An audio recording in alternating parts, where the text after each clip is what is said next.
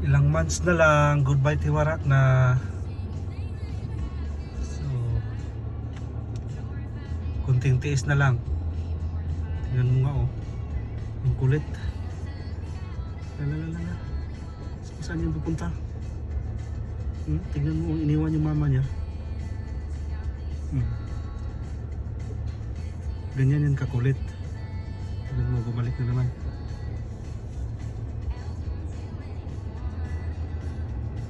So ilang months na lang kaming maghahatid sundo.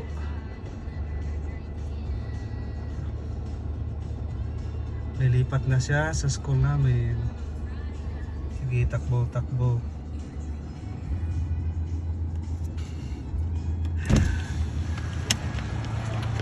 Hoy.